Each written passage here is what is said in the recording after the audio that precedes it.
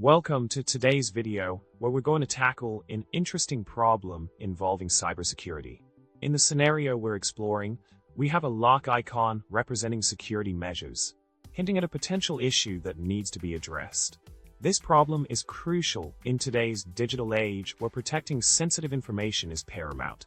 Now, let's delve into the solution for the security problem we've encountered. The key lies in understanding how the lock icon functions and what it signifies. By closely examining the components of the icon, we can decipher the steps needed to enhance security measures. Implementing the necessary changes will ensure a robust defense against potential threats, safeguarding valuable data effectively.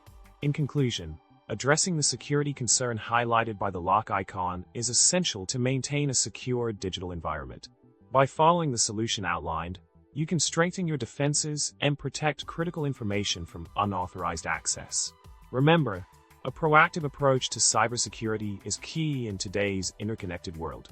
Thanks for watching, and don't forget to subscribe, like the video, and leave a comment below with your thoughts, maybe a fun fact or a pun. Stay safe and secure online.